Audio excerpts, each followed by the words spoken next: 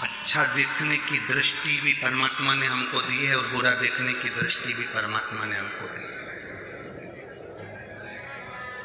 किसी व्यक्ति में हम अच्छाई देखते हैं तो इतनी सारी अच्छाई देख लेते हैं कि उसके बराबर दुनिया में कोई अच्छा ही नहीं है। और उसी व्यक्ति में जब हम बुराई ढूंढते हैं तो इतनी बुराई ढूंढ लेते हैं कि उसके बराबर दुनिया में कोई बुरा है। जैसे तुम्हारे घर की बहू, तुम्हारे घर की, बोलो बोलो जम के बोलो, बहू, जब तक शादी नहीं होती तब तक पूरे नगर में डोंडी पीटती हो, इतनी बढ़िया लड़की है, एकदम गुड नेचर है, दिखने में भी सुंदर है, उसके माँ बाप के इतने अच्छे संस्कार है कि हम 3-4 बार गए, उसने उठ के हमको नमन करा, प्रणाम करा। उसकी एजुकेशन बहुत अच्छी है, बहुत अच्छी पढ़ाई करी, उसके माँ बाप ने बहुत अच्छा ज्ञान दिया है, सब काम कर लेती है, सिलाई उसको आती, कढ़ाई उसको आती, बुनाई उसको आती, सब। जब तुमने उस लड़की में इतने सारे गुण देखे, उस बेटी में तुमने इतने सारे गुण नजर किए, तब तुमने अपने लड़के के लिए उस लड़की को चुना। शादी के 2 साल बाद ऐसा क्या हो जाता है कि उसकी हर काम तुमको बुरा लगने लगता है? क्या?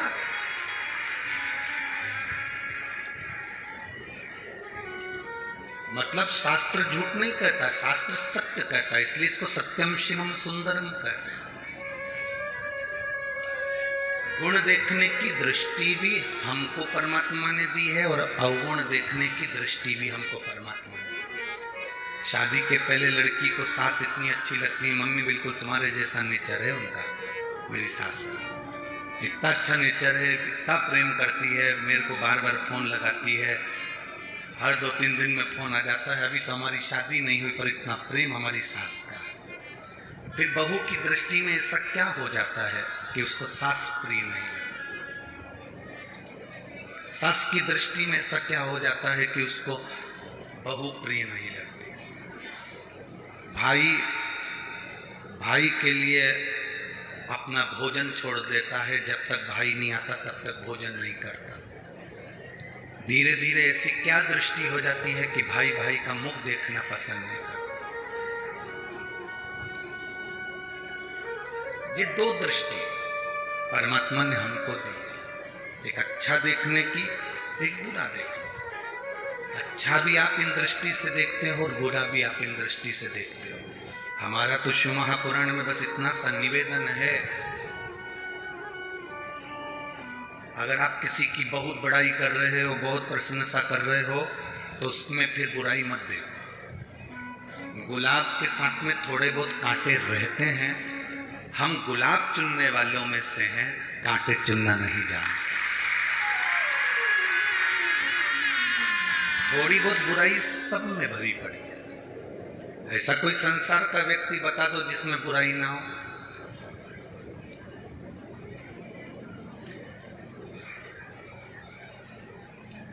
कोई कितना बड़ा भी, कितनी भी ऊंची पोस्ट पर पहुंच जाए, कितना बड़ा भी संत साधु गुरुजन बन जाए, उसमें भी कोई ना कोई बुराई रह जाए।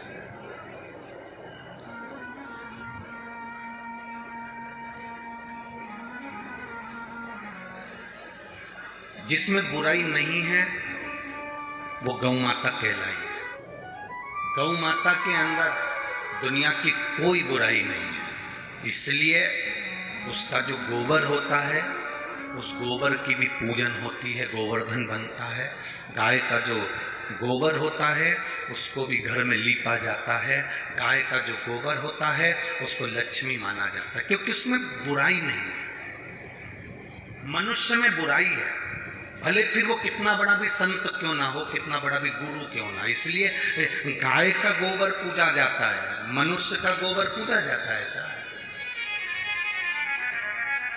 चाहे वो कितना बड़ा भी पीठाधीश मठाधीश हो,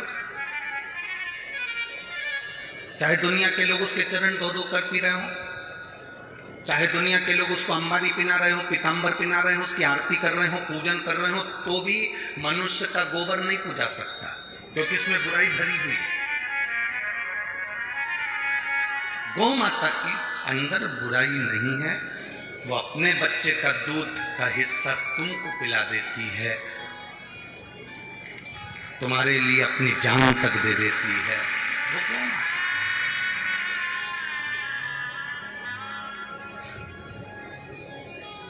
अब जैसे गोमाता में बुराई नहीं है, संसार में अगर भगवान ने हमको जन्म दिया है तो हम क्यों बुराइयां चाहते? हम क्यों एक जरा सा फेसबुक पे किसी ने उल्टा सीधा कमेंट्स कर दिया और कह दिया कि वो व्यक्ति ऐसा है, और तुमने उसमें कमेंट्स डालना चालू कर दिया, हाँ वो तो ऐसा ही है, वो तो वैसा ही है। तुम्हें क्या करना उससे?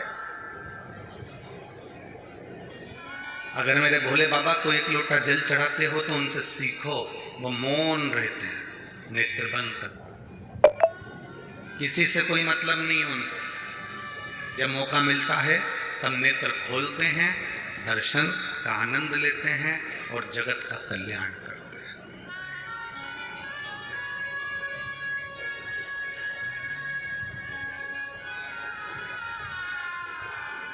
खाओ उतना जितना पचा सकते हो, कमाओ उतना जितना भोग कर सकते हो। आप 24 घंटे दुकान पर बैठो, हमें कोई दिक्कत नहीं। आप 24 घंटे काम करो, हमें कोई तकलीफ नहीं। उसमें सीहोर वाले महाराज का क्या घटने वाला है? और 24 घंटे दुकान पर बैठ रहे हो, सुबह 8 बजे से लेकर रात को 11 बजे तक दुकान पर बैठे हो, व्यापार कर रहे हो, कमा रहे हो, तो आपसे निवेदन है कि तुम्हारे सामने से कोई मूंगफली वाला निकले, कोई अच्छा फल वाला निकले, कोई अच्छी दुकान वाला निकले, तो निवेदन है कमा कमा कर केवल गुल्लक में मत रखना, थोड़ा अपने ऊपर खर्च भी करना। भूखे रह लेते हो और दिन भर दुकान पर लगे रहे। इसके लिए कमा रहे, मन कर रहा है मूंगफली खा लो पर ग्राहक खड़े हैं, मन कर रहा है कि सेब खा लूं पर ग्राहक खड़े हैं, मन कर रहा है कि बीज जाम खा लूं पर ग्राहक खड़े हैं, मन कर रहा है कि गन्ने का रस पी लूं पर ग्राहक खड़े हैं। ये ग्राहक तो समय पर आते रहेंगे, पर अपने शरीर का भी ध्यान दो। प्रथम सुख क्या है? जम के बोलो, प्रथम सुख निरोगी काया। अगर काया का सुख नहीं है तो कोई आनंद नहीं।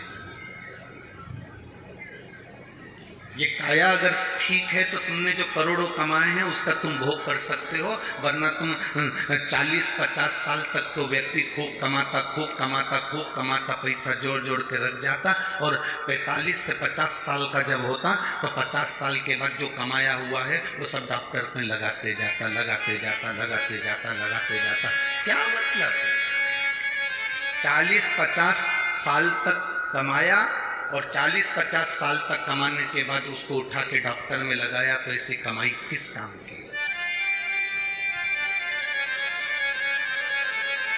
अपने प्रति जागरूक हो। आप 1 रुपए का भी दान मत करो, हम कभी नहीं कहेंगे कि तुम दान करो।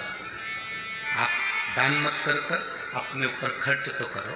तुम्हारा बेटा जिद करके एप्पल का फोन लेकर आ जाता है, तुम्हारा बेटा दीपावली पर 1 से बढ़कर 1 5,000 के कपड़े खरीद कर ले आता है, तुम्हारी बेटी 1 से बढ़कर 1 सूट लेकर आ जाती है, तुम्हारी पत्नी समय समय पर साड़ी खरीद कर ले आती है।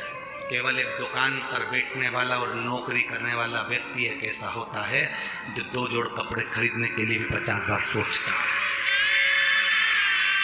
खेत में काम करने वाला किसान 50 बार सोचता है कि मैं कपड़े खरीदूं कि ना खरीदूं।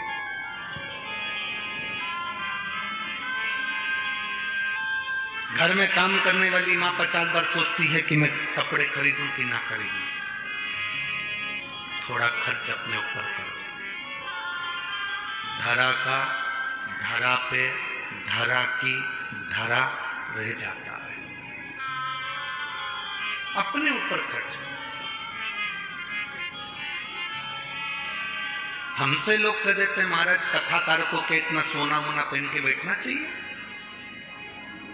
तुम इतना सोना वोना पहनकर बैठते हो तो हम उनको कहते हैं जजमान ने दिया नी पहने तो क्या औलाद के लिए छोड़ के जाए।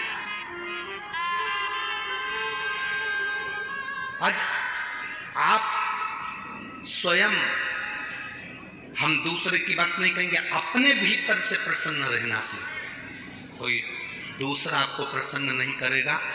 माता कौशल्या के घर में राम जी जन्मे थे तो माता कौशल्या जी ने सबसे पहला काम एक किया था। जब माता कौशल्या जी के घर में राम जी का जन्म हुआ था तो कौशल्या ने सबसे पहला काम करा था, राम जी को रुलाया था। बोलो सही है कि गलत है? स्तुति पढ़िए। माता पुनि बोली सोमति डोली तजऊ तात यह रूपा की जैसे सुलीला अति प्रिय शीला यह सुख परम अनूठा सुनी बचन सुजाना रोदन ठाना। कौशल्या जी ने कहा, राम तुम जन्मे हो, मैंने भगवान से पुत्र मांगा था, तुम तो परमेश्वर बनकर जन्मे, मुझे बेटा चाहिए। तो भगवान ने पूछा बेटा कैसा होता है? तो के जन्म लेने के बाद छोटे हो जाओ और रोना चालू कर दो। कौशल्या जी ने जब राम जी से रोने की बात कही तो राम जी ने पूछ लिया कि मां मुझे तुम रुलाना क्यों चाहती हो? कौशल्या जी ने कहा, बेटा राम, इस पृथ्वी पर जो जन्म लेता है उसको जन्म से लेकर मरने तक केवल रोना ही पड़ता है। मुस्कुराने के लिए तो शिव महापुराण के 5 दिन 7 दिन, ये 7 दिन